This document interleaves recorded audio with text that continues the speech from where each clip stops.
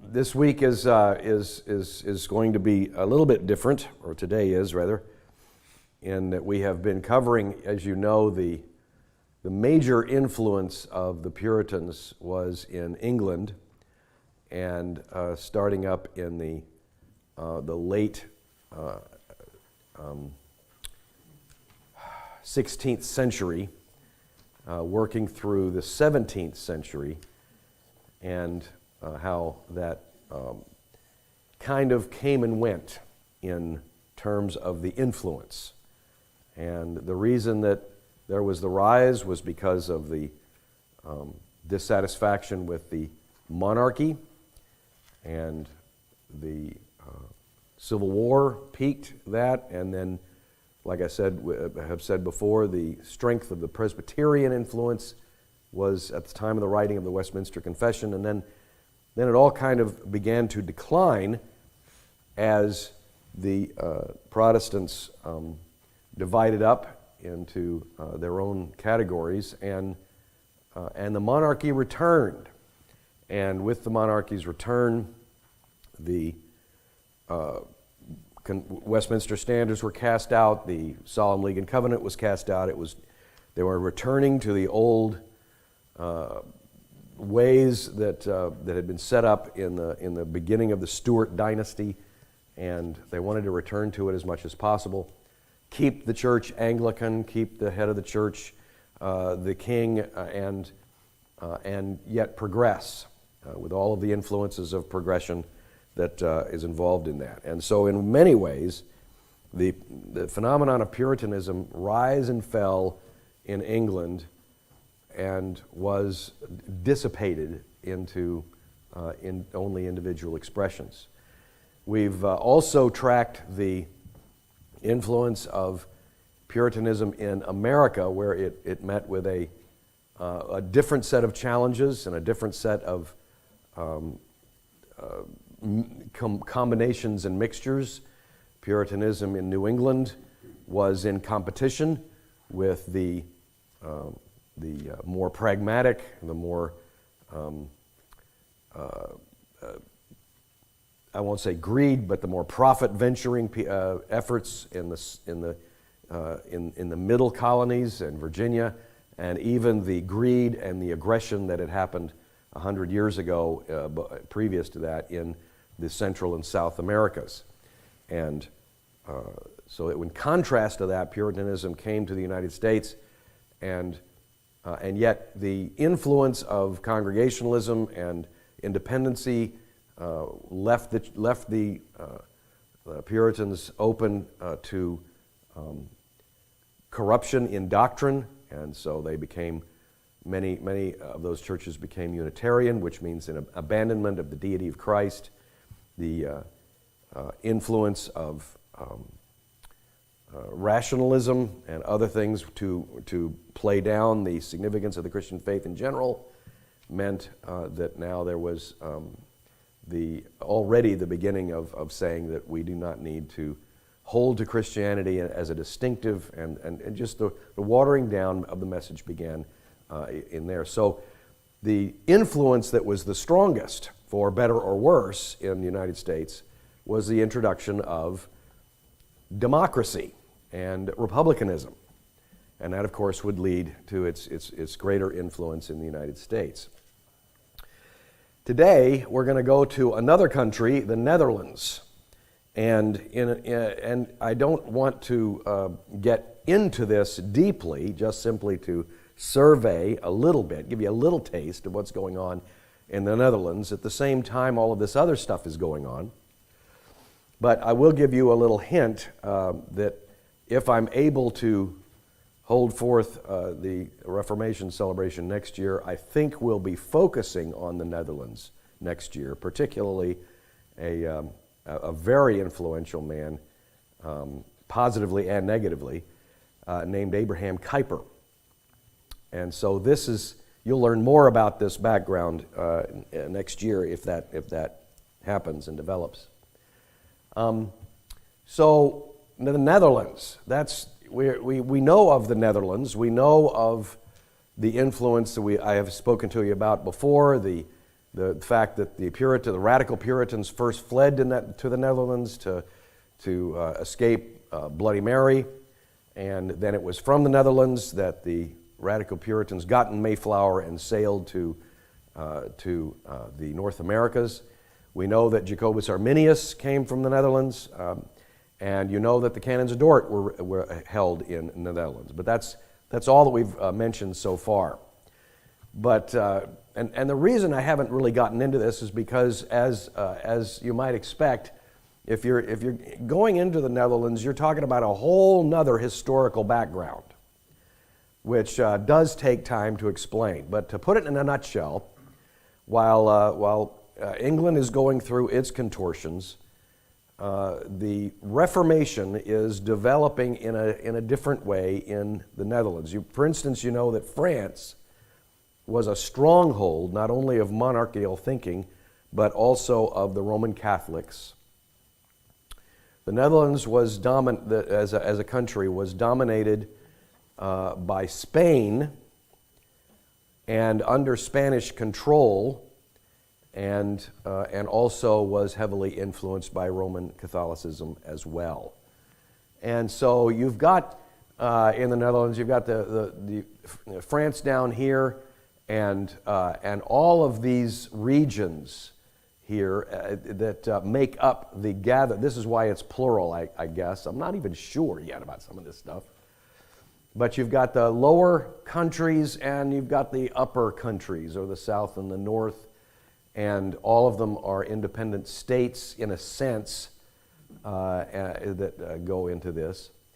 And the Spanish are trying to maintain control of the area, but their power is slowly waning, and the Netherlands is trying to assert herself. But she is very strongly dominated by the Roman Catholic Church. Now, what broke the back of both of these was the response of horror that came under the era of the Spanish Inquisition. Haven't mentioned that before. But this is, you will believe and practice as we do, or else you will be tortured. And to put it in a nutshell, the theological idea of the Spanish Inquisition is that the Roman Catholic Church still held, as the fear of the Reformation grew, they still held to say that this is the way of life. And if you do not have life, you have death, and you don't understand that there is nothing in the middle. And so to demonstrate death, they brought on torture in this life. That's why burning heretics was the demonstrable punishment for the Roman Catholic Church, was that better you should burn here than in hell.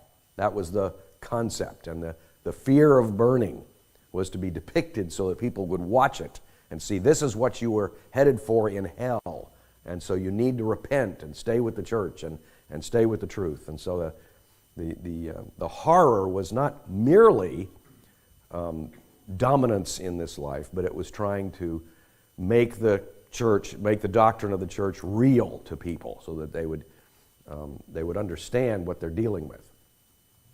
But the horror of the Spanish Inquisition was what really, the response to that is what broke the control over the Netherlands, and they eventually were able to get free.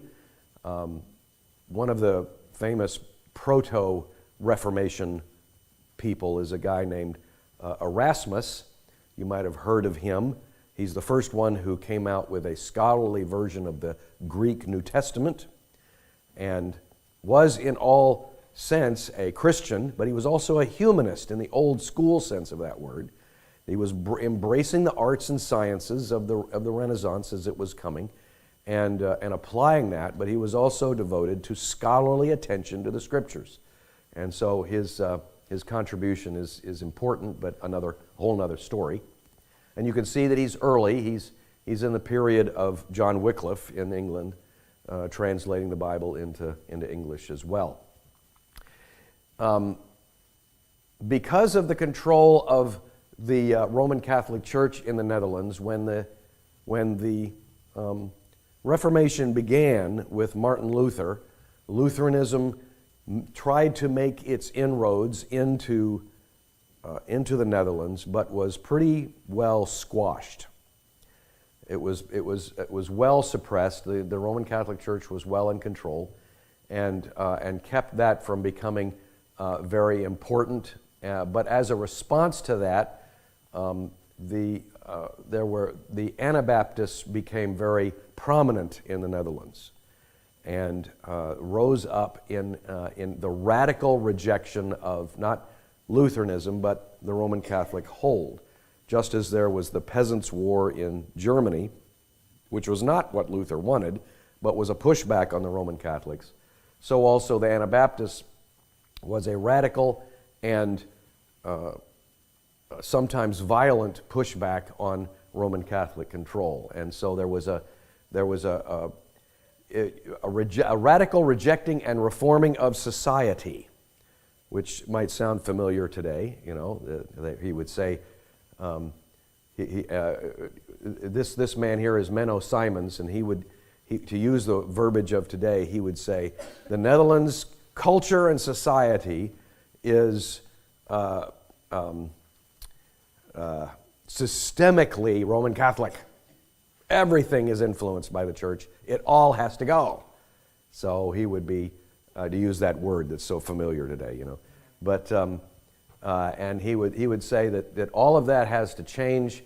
One of the driving forces that he used was, as others have done throughout history, was to say these are the last days. We have every reason to expect Christ's coming. We need to reform ourselves. We need to prepare. And rejecting Roman Catholic baptism, they regarded themselves as anto-pedo baptizers, which is kind of a negative, positive, negative. And it's no wonder that, you know, in the Baptist tradition, they dropped the early, let's just call ourselves Baptists. You know, I don't blame them. But Menno Simons was one of the leaders of this, and he was also very early in the development.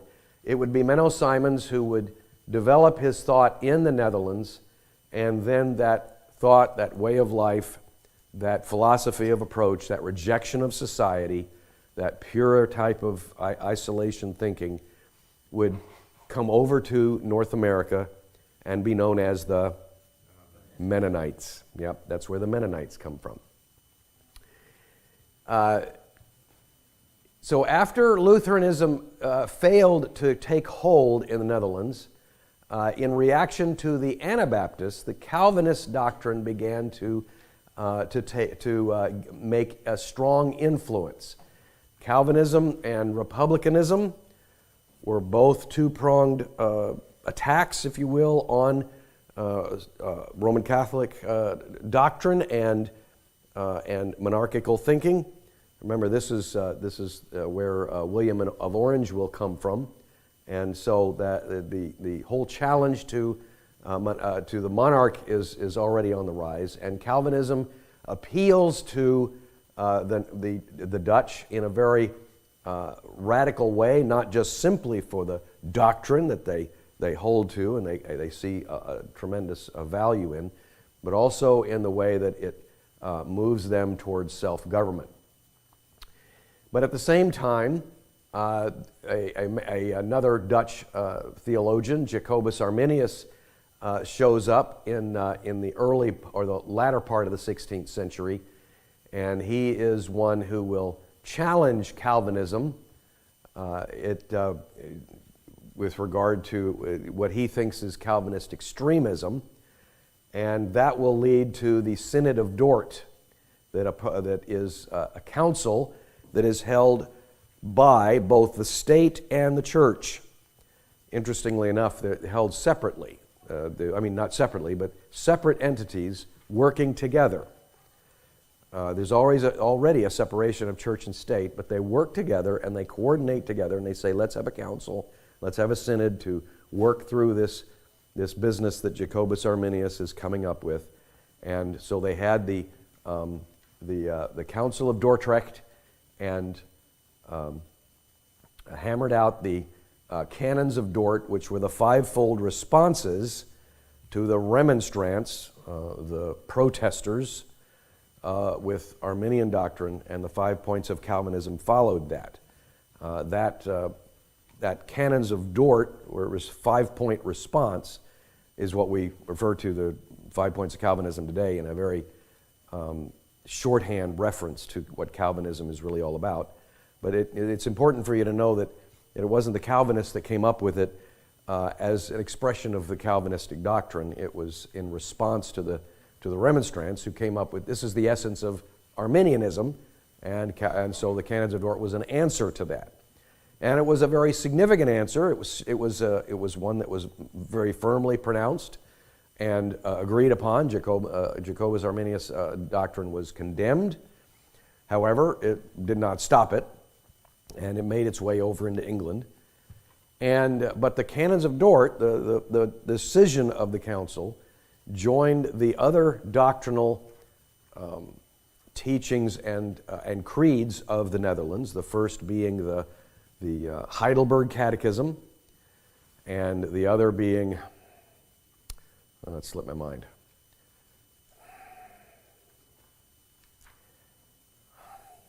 The Belgic Confession, yes, thank you, Belgic Confession, and the Canons of Dort, all together. They call those, instead of England would call theirs the Westminster Standards.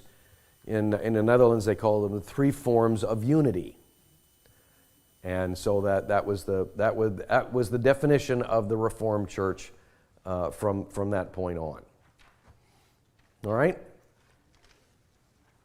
So it was Calvinistic-inspired rebellion that led to the war with Spain to break off their hold on the Netherlands. And as a result, the Netherlands were not at first so completely antagonistic to other thinking. They said that we are open to culture, we're open to a religious tolerance, and they became that refuge for fleeing immigrants. Netherlands became that refuge for those who were fleeing England to get away from Bloody Mary, and so that's why the radical Puritans went there. And to make a long story short, the war with Spain ended in 1648 with the Treaty of Westphalia and the declaration that they were an independent state. The Reformation was against the Roman Catholic Church, was most widely expressed in a radical term in the Netherlands. Here's an artist's rendition, for instance, of people ransacking a typical Roman Catholic cathedral.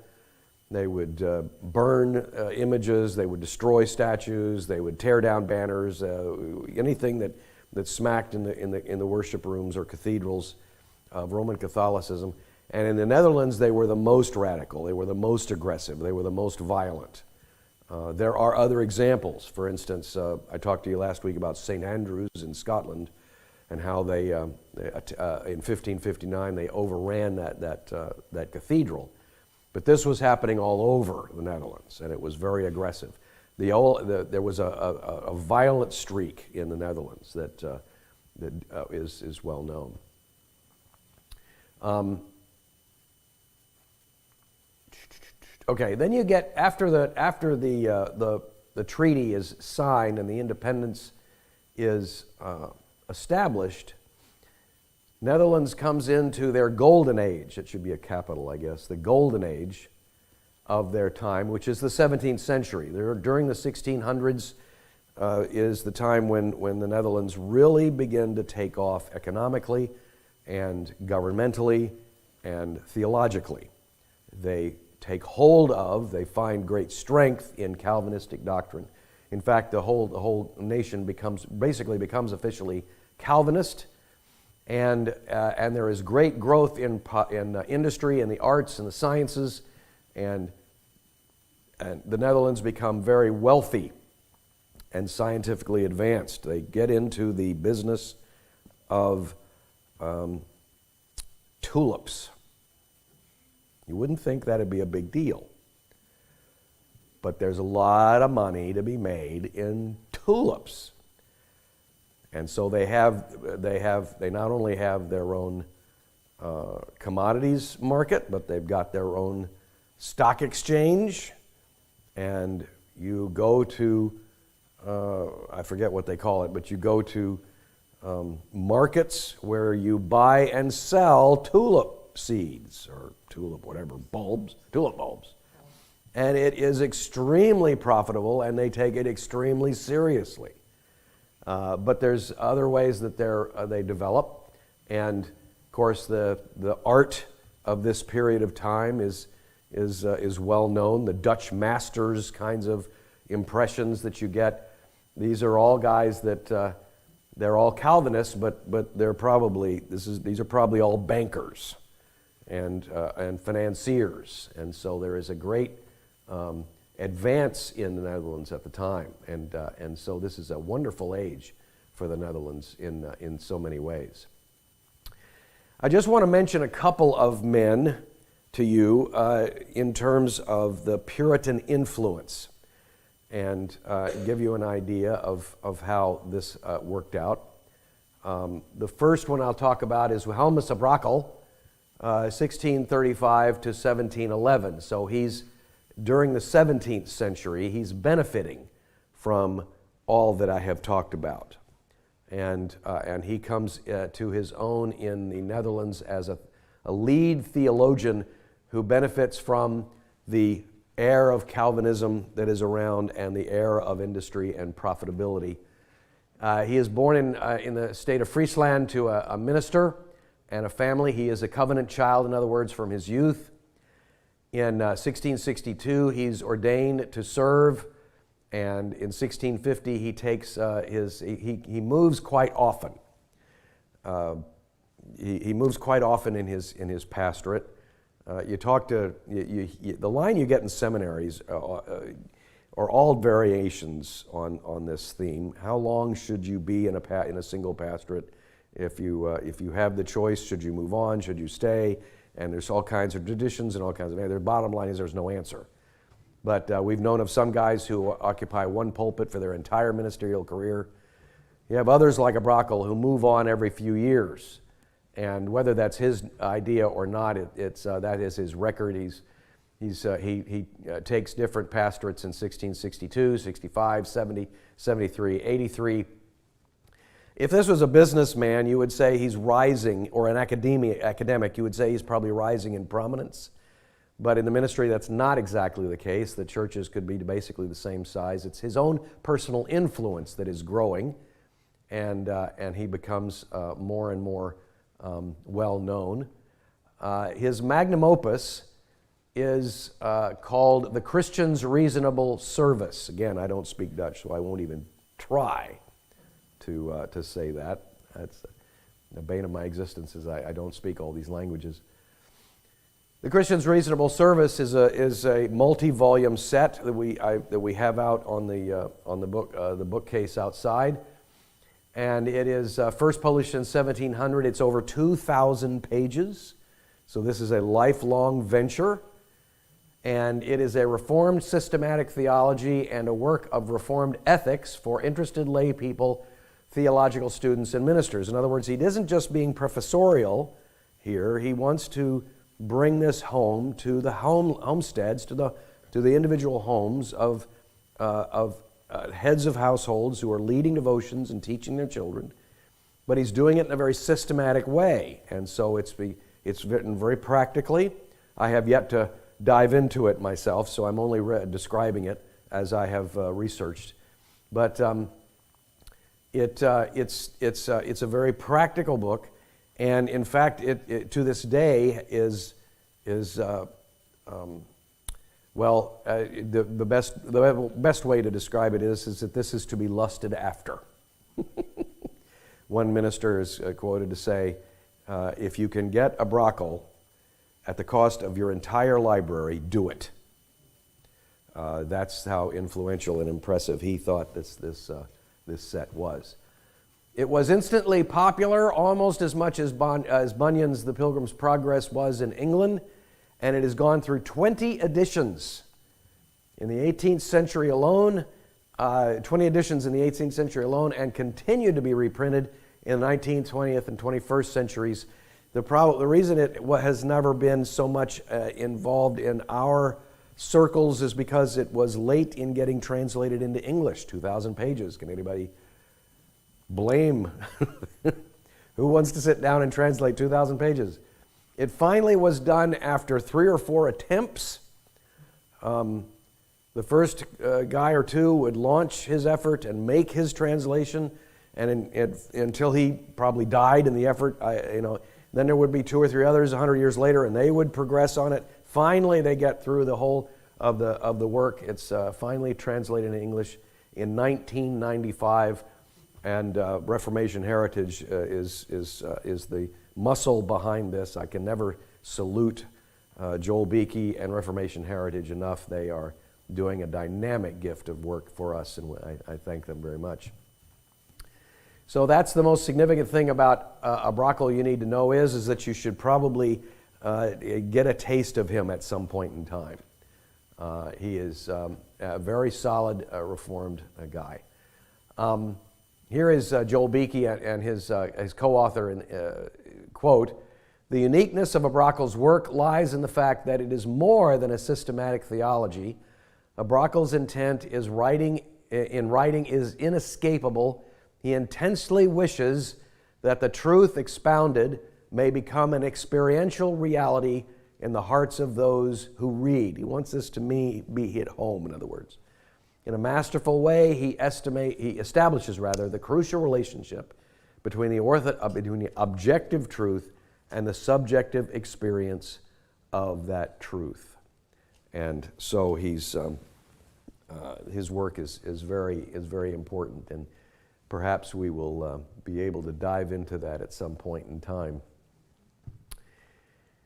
The other man I want to introduce you to is Herman Witsius. He's contemporary to Brakel. He's a little bit earlier. And again, he is profiting from the work that has been done in his country to make Calvinism and the Reformed faith so established. And so he is benefiting. He is standing on their shoulders, and he is building on it. He's born to God-fearing and productive parents. Neither one of these men had to worry about being nonconformists, in other words. They were Puritans who could take the ball and run. And they did not have to look over their shoulder. They were never afraid of the king coming. They were never jailed. They were never persecuted. They were building on the product, and so we can, it is a great benefit for us to have the influence of the Netherlands and the Heidelberg Catechism, which I've mentioned, the Belgic Confession. These are solid Reformed confessions that are enormously parallel with the Westminster Standards in many, many ways. In fact, in conservative Presbyterian schools or denominations, there have been efforts to merge these confessional documents so that we can embrace and practice and enjoy both. But there's arguments to be had against doing that. But they are all very, very effective, good doctrines, good confessions. He studied in Utrecht under these schools, these various giants of the faith, and under Marseilles in Groningen, so he's well educated. He came to faith under the preaching of a man, and described it, instead of going in a direction of rationalism and of Renaissance, his mind was turned around, and he said he was preserved from the pride of science. I thought that was an amazing thing for a man to say, because you see a lot of that. You see a lot of that even today. Science dominates our thinking. The word science seems to be thrown around as if it had weight in itself. I am science, we have heard in just the last couple of weeks a very influential person say. and it's like that word somehow is supposed to get him in the door of places and get him a good table at the restaurant and stuff like that. As if science is not to be challenged. When science becomes an idol, as it's doing today, he's setting himself up for a fall, and we'll see what happens. But for Witsius to say that, of course, he would have had a tremendous career in science, in his own field, but he says he was preserved from the pride of science, and I just found that a remarkable thing to say, and impress that upon you as something to remember. In 1637, he was ordained at Westwood, confronting many medieval traditions and practices. The Roman Catholic Church did remain in the Netherlands, like in England, trying to recover its ground and hold on to scholasticism, hold on to the tradition of the Roman Catholic Church, hold on to the doctrines and all. And Witsius was determined to make an effort to oppose that. His pastoral career goes like this. He was installed at Vermer. In 1666, he went to Goes. In 1668 to Leeuwarden. In 1675, he was called to be a professor of theology. And in 1699, now we're at the end of the 17th century, he was appointed inspector of the University of Leiden's Theological College. That should be capitalized probably also. That would have been a title at the University of Leiden. And so he also rises probably in more prominence, more career prominence than did Brakel. He had more political influence because of that, more influence on schools. But again, neither one of these men, as I've said, were restrained. He was a powerful conciliator, often mediating between opposing sides, whether theological or political. He was a builder. He was an encourager. He was a reconciler. He won to dialogue, to deal with these issues and straighten them out for the benefit and the blessing of the church at large. His major works of contribution include a 2-volume set on the Apostles' Creed, which is translated into English and is with us and is a very valuable work. He's also one who strongly developed and advocated the covenant of grace theology, the unity of the Bible, the growth of covenants between man and God, and that was also a 2-volume work. Witsius has also published a work on the Lord's Prayer and on the character of a true theologian. So he was very practical as well in his works and endeavored to be more than just highbrow in his thinking and development. And that's really all I have for you today. Like I said, I thought it was going to be a short class, but any questions about that? Yeah. Can you define republicanism for me? Like, what do you mean by it? Well, it's you've got democracy and then republicanism, which is representation. And the early stages of this would have been a development toward parliament. In England, of course, republicanism took the form of the rise of the power and influence of Parliament versus the king. Even by Charles II, the Parliament is much stronger, and the king's power is already on the wane. It's not; they're still equal by that time, but eventually the monarchy in England will decline in influence and become just kind of a figurehead, whereas Parliament, a representation of the people, rises in strength and power, and so that's the same kind of thing. It's not a democratic governance, but it is a representation of the will of the people. There is a difference philosophically here that's probably important to point out. You remember that the Stuarts were really strong. Well, they inherited it from Henry VIII, but the Stuarts particularly were really strong in what was called the divine right of kings. God has put me on the throne. Therefore, God is telling you through me what to do. And that's end of conversation. You remember in Lex Rex, in Rutherford's book, Lex Rex, he was arguing for the divine right of the people. God has put the power of our, in our control.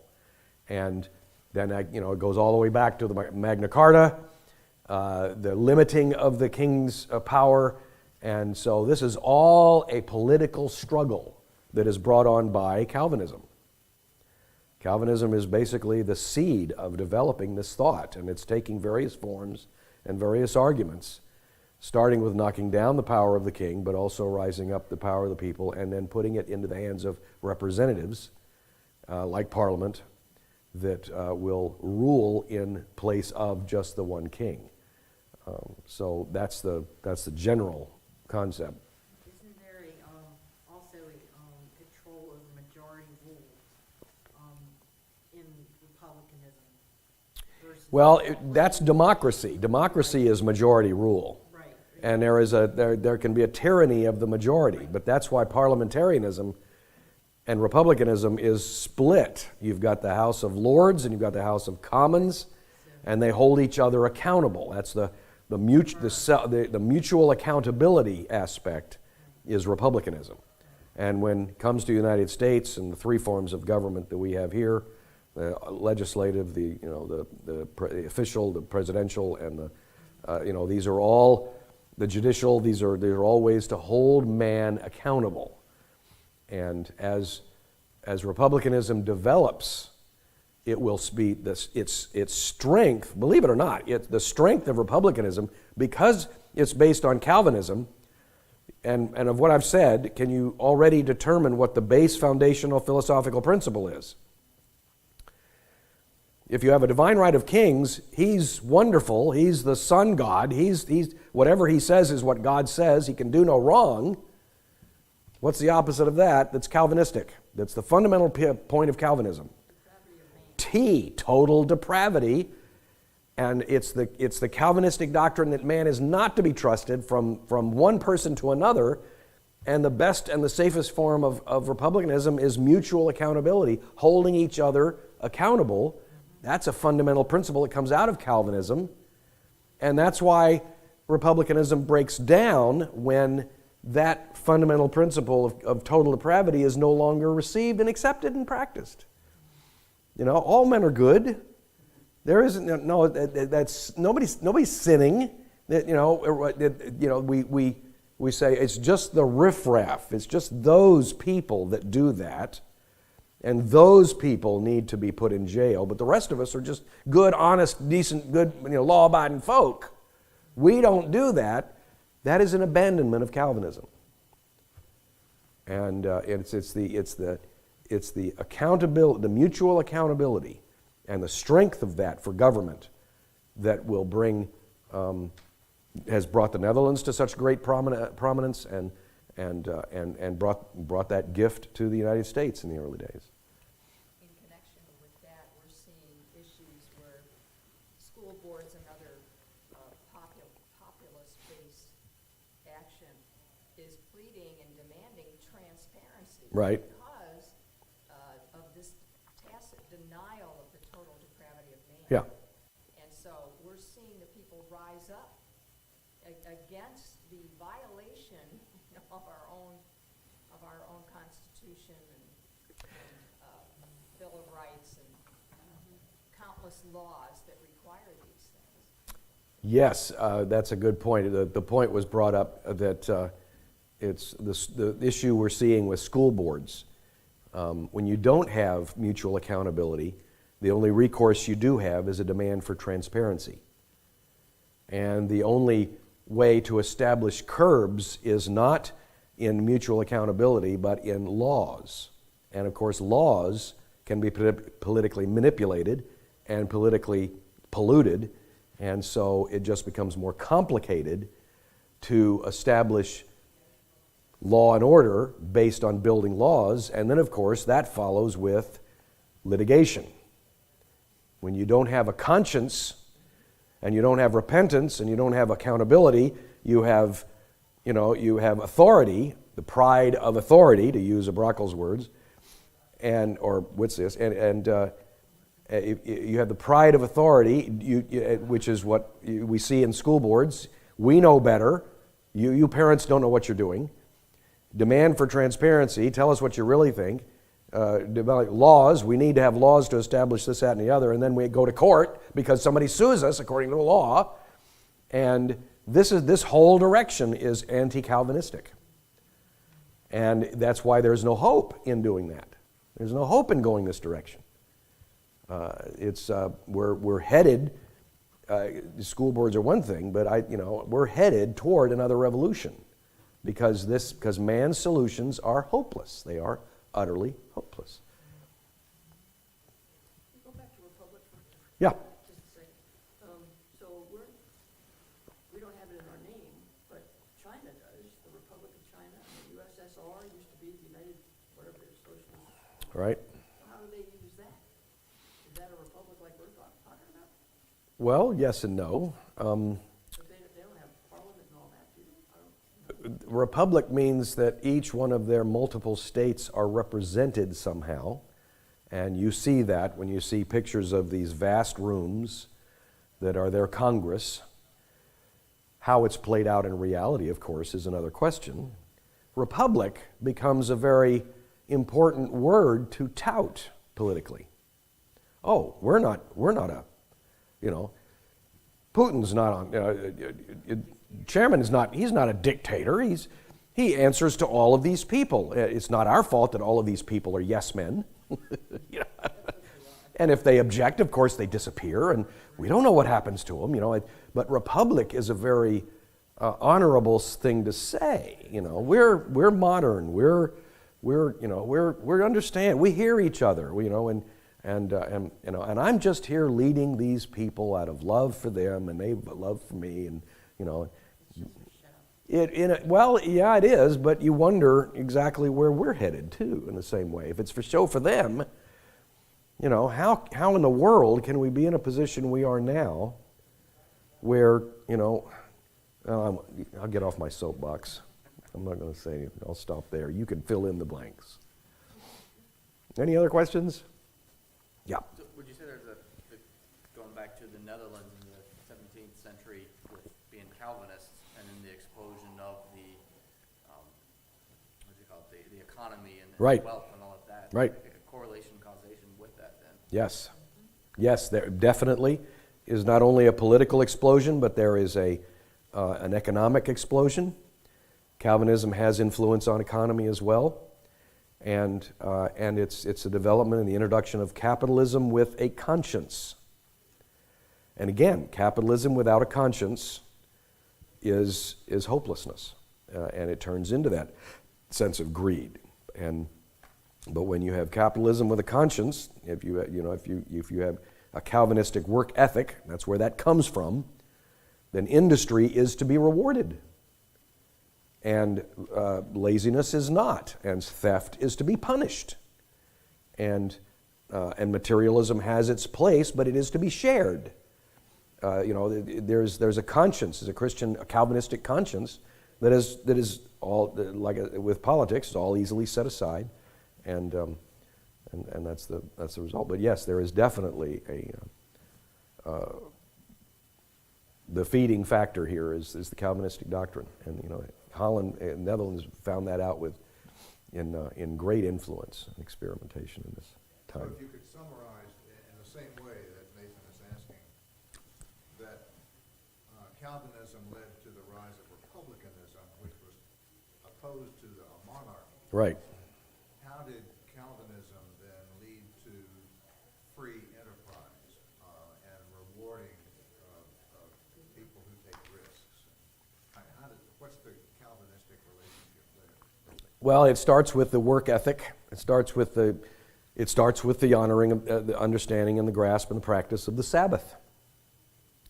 When the Sabbath is honored for worship and for rest, the corollary is that the other 6 days of the week are to be used industriously, and when you obey the Lord and you are industrious, you will benefit. Psalm 1, you will be blessed, and that that is then, of course, attached to the tithe, the return, the worship and thanksgiving to God, and that starts that whole cycle. Your work.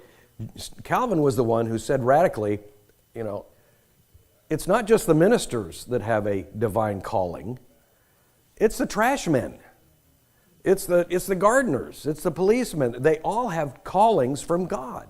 That lifts workers up. That gives honor to even the smallest of people. And when you have honor in work, you have diligence. You are working for a productive reason. You're working unto God. And that's where that comes from. For God's glory. Oh, yeah. That's, to take it completely out of context and move ahead to the late 19th century, that's what was so disastrous about the Industrial Revolution in England, when man was used as just another machine part, and he lost his identity as a human being because he was just part of a machine. And then Henry Ford in the United States comes up with the assembly line, and all day long you pick up a bolt, you put it in a hole. Pick up a bolt, put it in a hole. Pick up a bolt, put it in a hole. All day long, you're doing the same thing. He's assassinating humanity, making you just a part of the machine. And that's a degrading of a Calvinistic work ethic. The other thing is lifting women up to, their position as wives and mothers, being important. Yes, if you're saying that I guess by corollary, he's saying women are human beings in their own right, and there is an honor to motherhood that is biblical as well as general, and that is to be lifted up and significant, and it contributes significantly to society when the family is governed in that way. That's exactly the case. And of course we see that today. The rise of feminism is assassinating the honor of women, replacing the honor of motherhood with the aspect of greed and self-fulfillment, which is an idol. It's an idol for anybody, but it's an idol that the women have to, for the first time in probably American history, world history, women are able to reach out with greed and reach out with self-fulfillment and get what they want. They were never able to do that before. So instead of being a rise up in women and saying this is a great thing and for the first time women are able to do this, it's saying for the first time they can sin with motivation and get what they, and how destructive that is.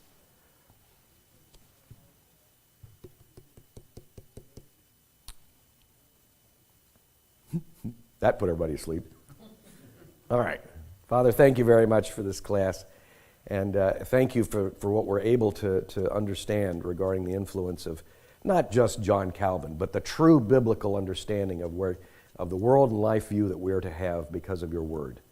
We thank you for its consistency. We thank you for its singularity of message. We thank you for its challenge and for its call. And we pray, O Lord, that you would bless us as we seek to always drive the church back to the Bible for our understanding of these things. Lord, we are all sheep wanting to stray so readily. All we like sheep go our own way, and we think we're doing good. We think we're achieving things. We think we're accomplishing things. But Lord, in the meantime, you're laying all of our iniquity on Christ. And Lord, you must be merciful to us when we turn a blind eye to that and do not see it. Help us, Father, even as we approach your word today. Help us in worship to realize that you are the greatest, you are the most wonderful blessing in our lives. In Jesus' name, amen.